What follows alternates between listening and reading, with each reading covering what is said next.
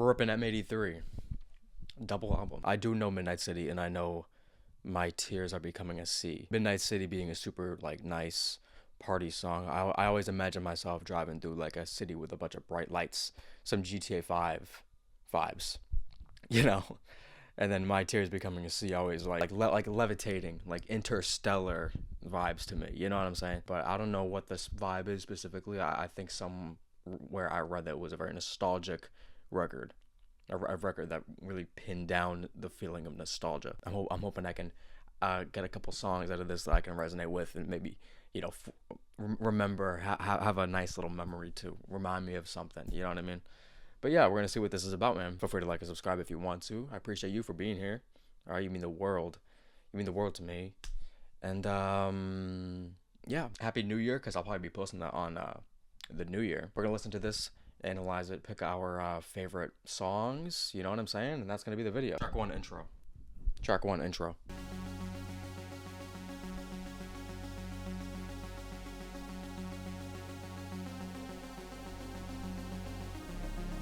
Damn, that arpeggio.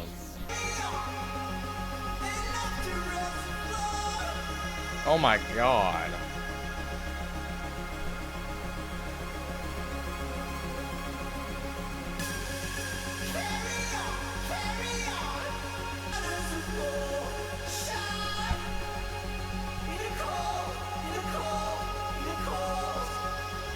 Man, I'm feeling this.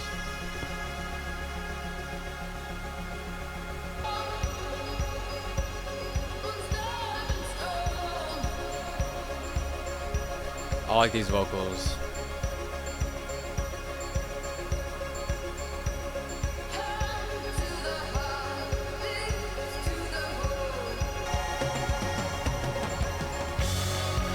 Oh my god.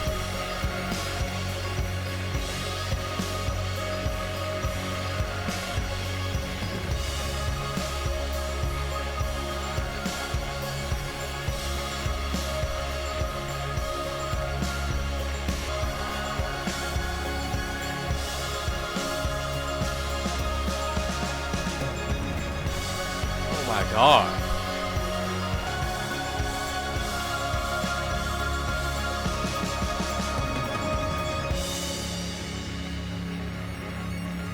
The drums in the second half, I love the structure of that song was perfect. I liked his vocals. I loved her vocals. I don't know who that is. We need more of you. Not only does it feel like you're drunk somewhere reminiscing, right? It also feels like the moment where you know you're gonna remember something. Have you ever been having a good time somewhere, whether it was at a party or just like at a gathering with a bunch of people, and like you know you're gonna remember it? I feel like that's also the feeling that it encapsulates. I don't know. Such a strong fucking opener to a record like this. Midnight City. I've heard Midnight City a million times, but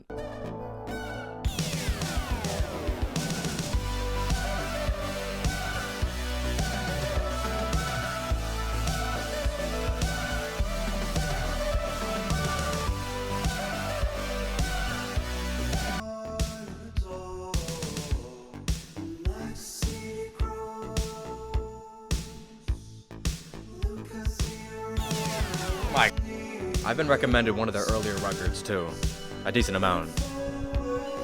Yeah, Dead Cities and Red Seas I've been recommended.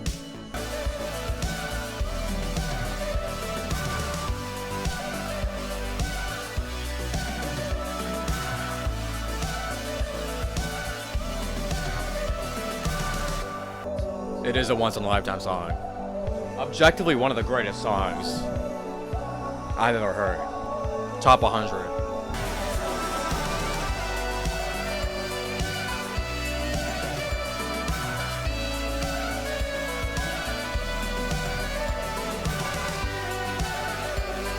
Even on the 1 millionth listen, still blows my mind that he even achieved that sound. I gotta say, when you listen to this in the right setting, man, it hits even harder. It hits even harder than that. You know, like when you're actually in a midnight city, it's a perfect title for a song. Because whenever I'm in the city, like in a big city like New York or Boston, like where I'm from, I always make sure I gotta put this on at some point at night. You know, because with the bright lights and everything, it just makes everything so perfect. Especially when you're driving through it. Come on, such an immortal track. Let's keep going. Next one is Reunion.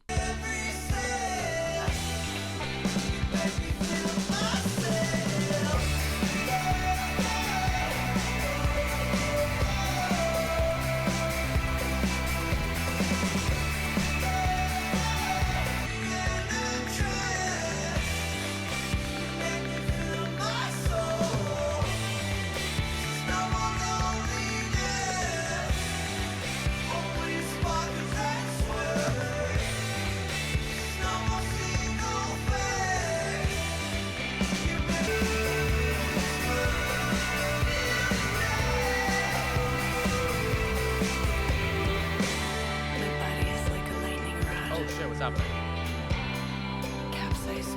More spoken word.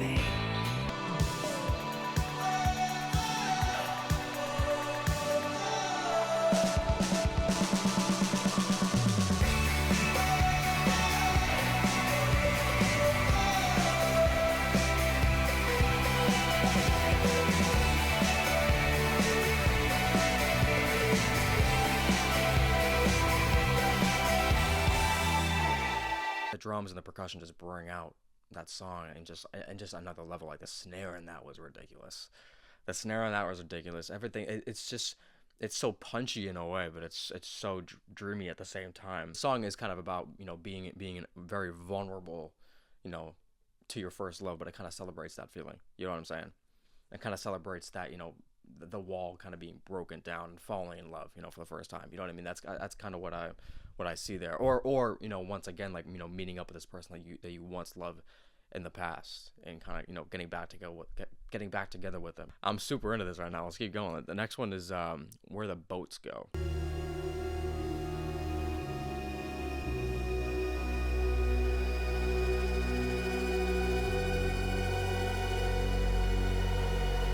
I wonder if this is a modular sound. It kind of sounds like it.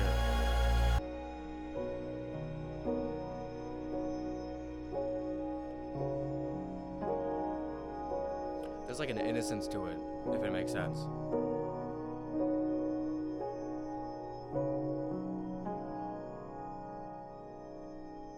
I like the piano there a lot. It's like shimmering.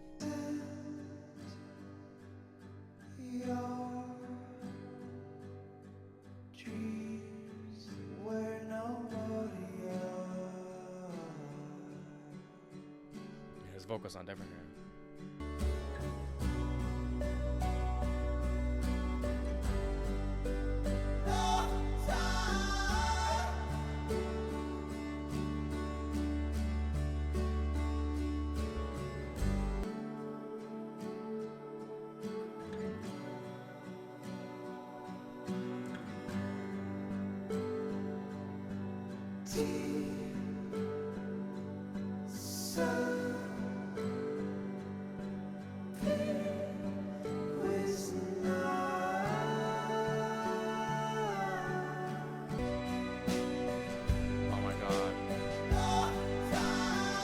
I love letting that drum go loud.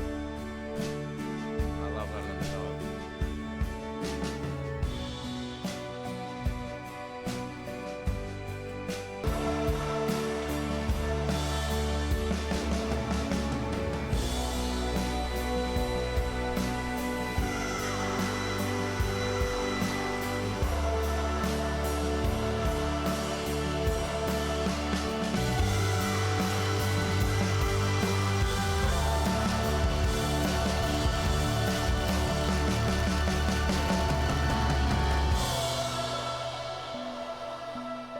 Imagine listening to that dying.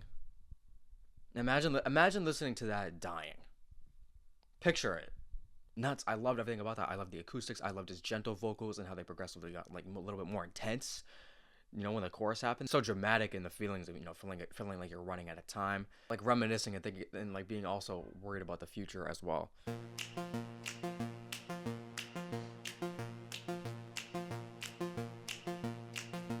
I heard about this frog. It's a very tiny frog, but it's also very special. Keep laughing and laughing and laughing. Nothing is ever quite the same, really.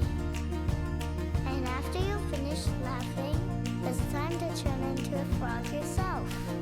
It's Oh, this is a weird guided meditation. Frog has ever seen, jumping and laughing forever. It would be great, right? I don't know.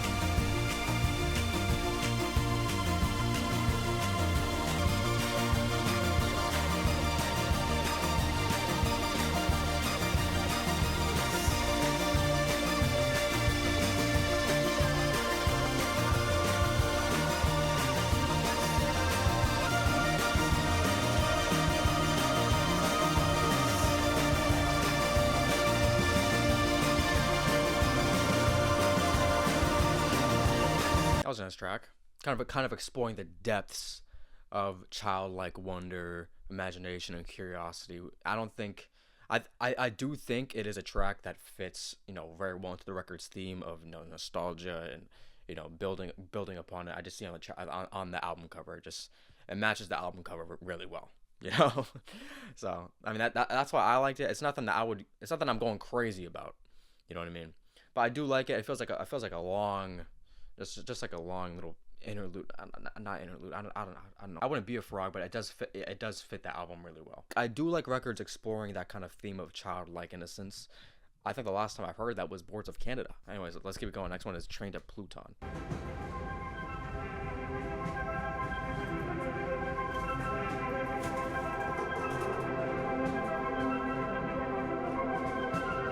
Wish Pluton was real. For me, it is. You're not invited. I like space, spirited away vibes. Like you're on a train. It's just in space. That's what I'm saying, man. Some of these snares just be so punchy.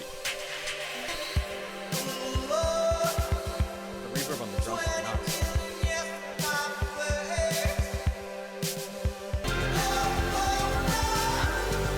I'm feeling that bass. I'm feeling that bass.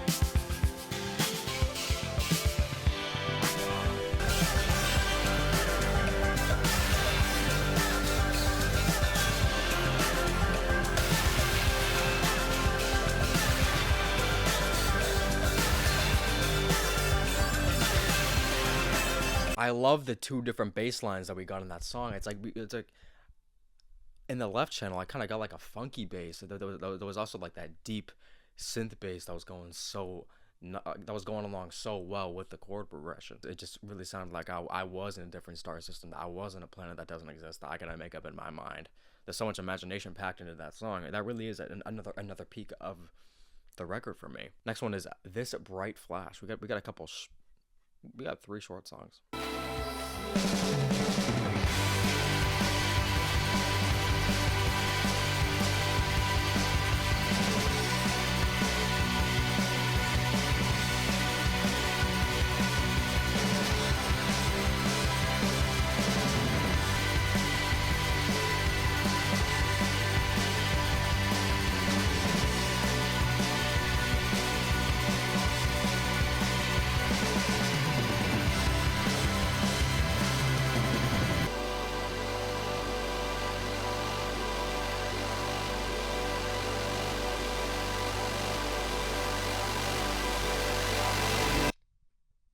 That ending is nuts. That was good. It sounded like a nightmare. It sounded like a nightmare. I killed all the rainbows and the species. That doesn't sound like a good thing. That sounds like a bad thing. Those drums were not fucking around. Easily the most intense moment on the record yet. That was nuts. I don't know. I was kind of. I kind of wanted more. I needed more lyrics there. I needed more of a story. You know, the bright flash. I mean, it sounded like the Big Bang. I was just like rising up, and it just ends. So I did want more out of that. Next one is, when will you come home?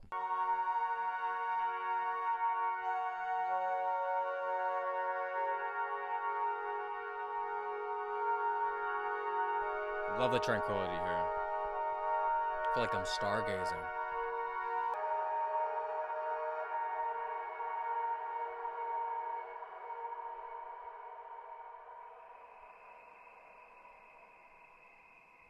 Soon, my friend. And I'm hearing crickets right now. Did I not just call the stargazing shit like campfire when you're out camping? I've never been camping, but I can imagine that there'll be something like that.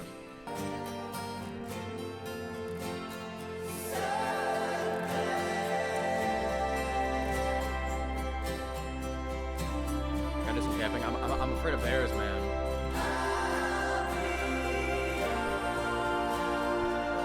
I need a gun.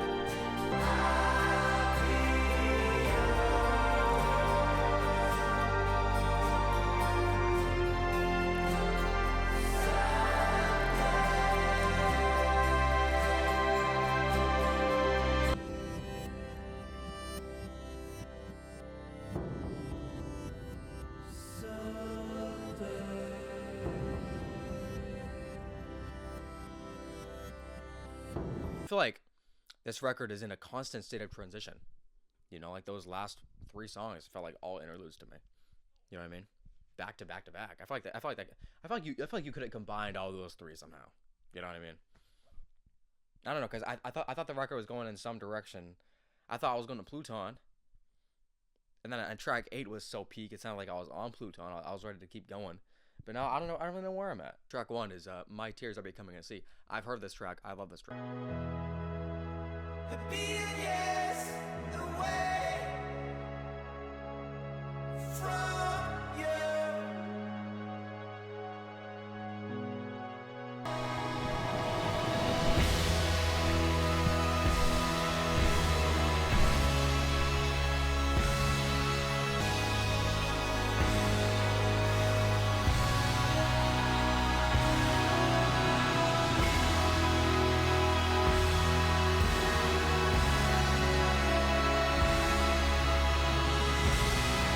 Ends way too early. Telling you that right now. Really captures that feeling of being distant from the person you love. Picks the momentum of the record right back up. Love it. Love it. I've heard it a bunch of times. All right, next one is New Map.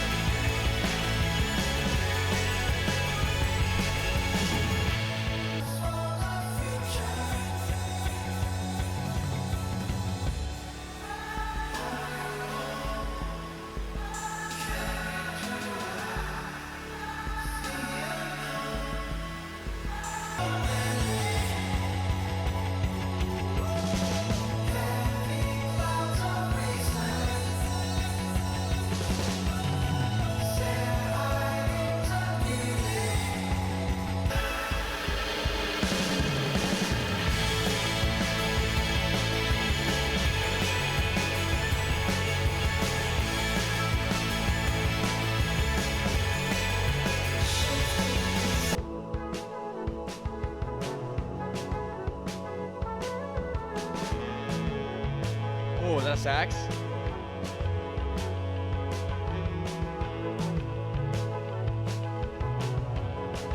Great. That's a great album.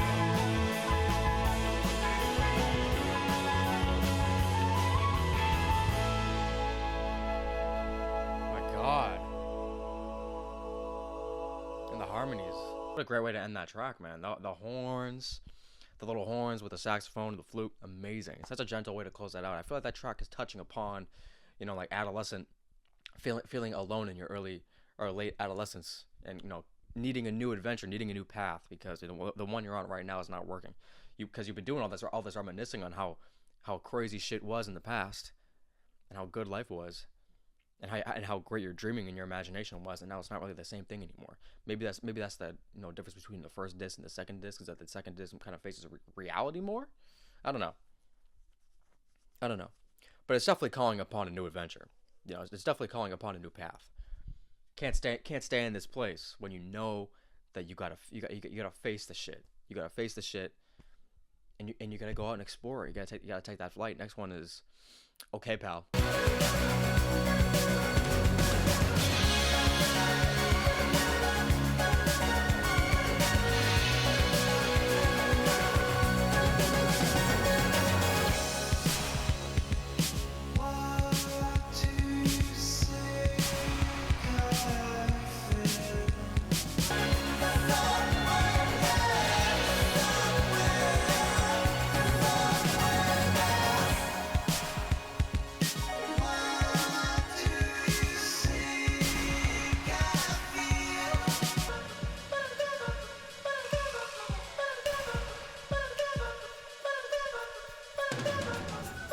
Walking the streets, or what's left of them. I take your hand, and the city's slowly vanishing.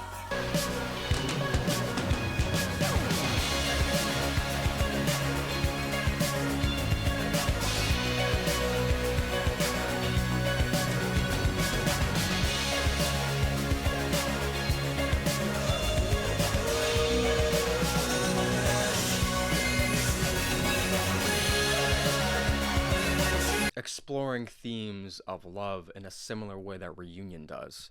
This time they're kind of in a big city, and everyone else, all the noise is kind of drowned out by the love that's present in that moment. It's very intimate song. But it's crazy because now I'm starting to feel like some of these tracks are parallel off of disc 2 to disc 1. I haven't quite figured it out yet, but I know that one is.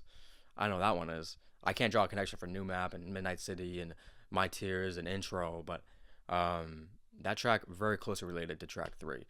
So I wonder if it's like two lives kind of being, split here in parallel, and you're kind of going, because they're both 11 songs, so both 50-50 split down the middle. The discs are brother and sister. That's what it seems like to me. That's why I like it a lot. Next one is Another Wave from You. And the fourth track was Interlude here. Yeah, this is the same record.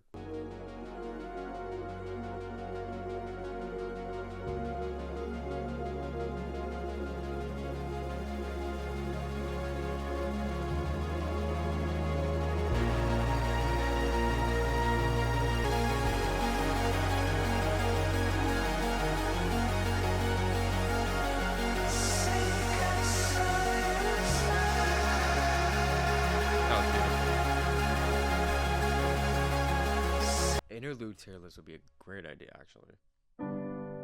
I would need to compile up all the interludes I've heard on every album I've ever done.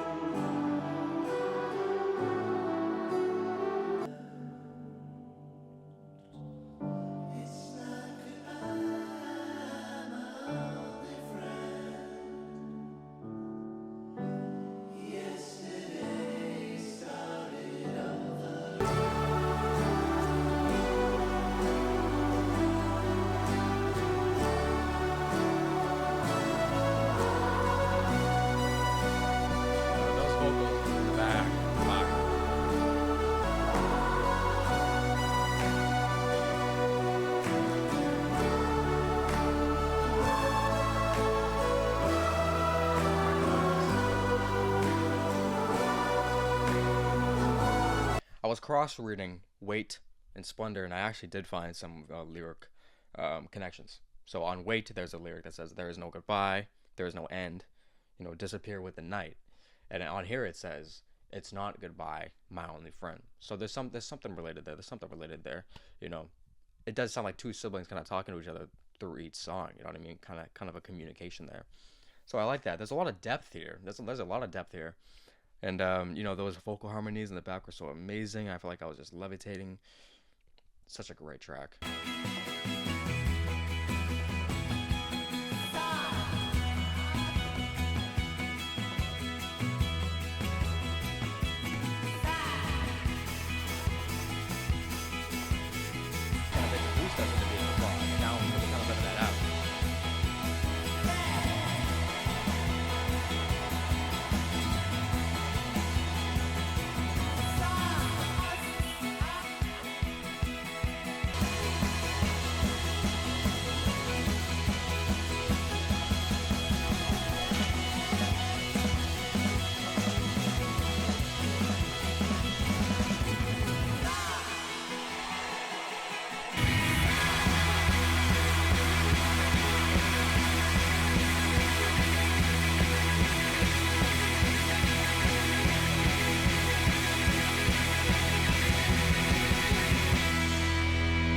Being a frog, that was fun. That was a great song. I was visioning it. I was imagining myself as a frog in the frog state with the long tongue, everything. That was great. Other than that, though, yeah.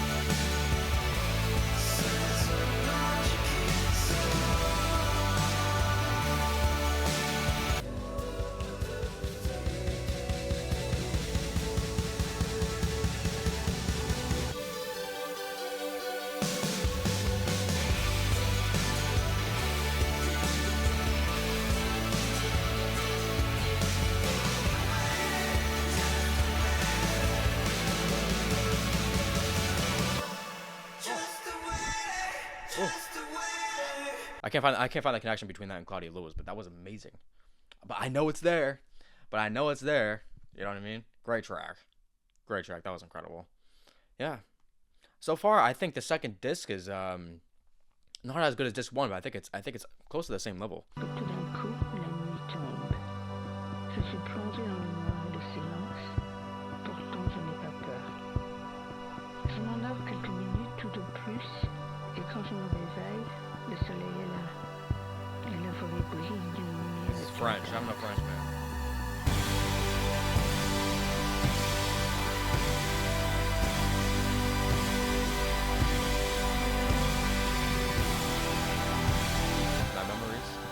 White and Sonora's forest and sound, my adolescence, these large trees, the men I loved, these birds flying in the distance, my missing father, my memories are no longer memories. They're here living near me, they dance and embrace me.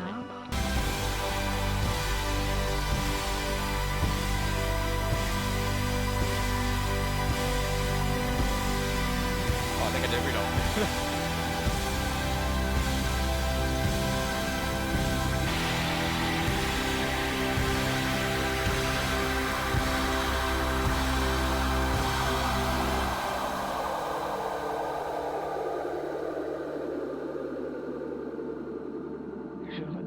The spoken word bit was my favorite moment on the record. I loved her storytelling on how, she just kind of gets transported back into that innocent state that she was when she was 20, Getting to experience the life that she lived.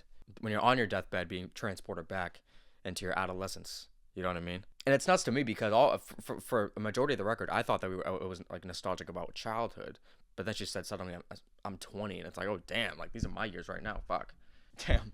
Anyways, let's keep going. Claus, I Love You.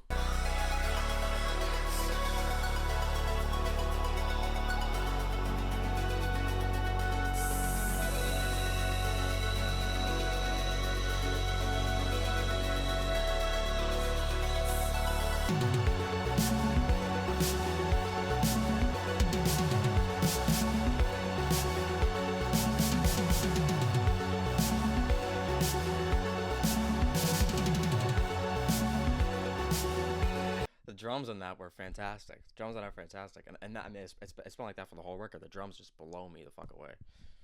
Yeah, let's keep going. Outro, outro, outro.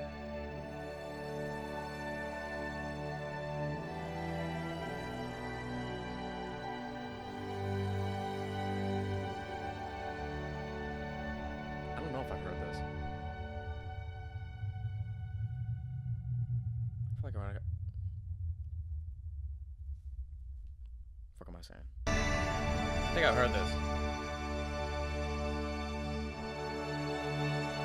Facing tempest of dust, I'll fight till the end.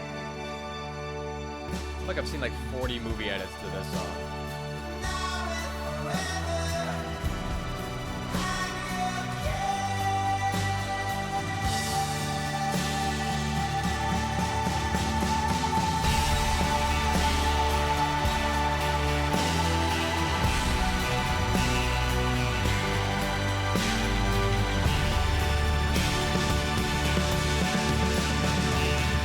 The drums are tight. On the record.